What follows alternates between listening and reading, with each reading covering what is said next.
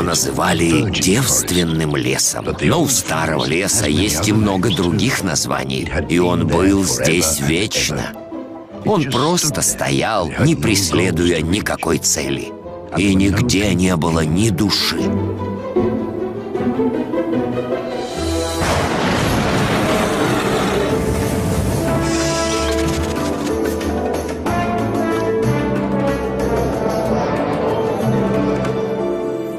Этот лес обозначал дальний предел или рубеж для людей.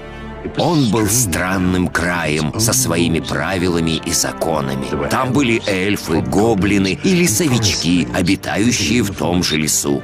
Эльфы заботились о животных, деревьях и других растениях.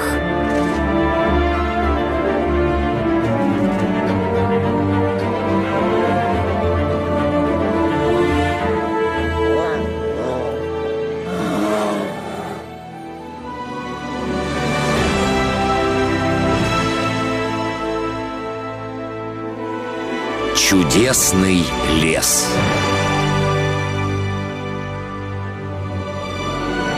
Скоро на экранах.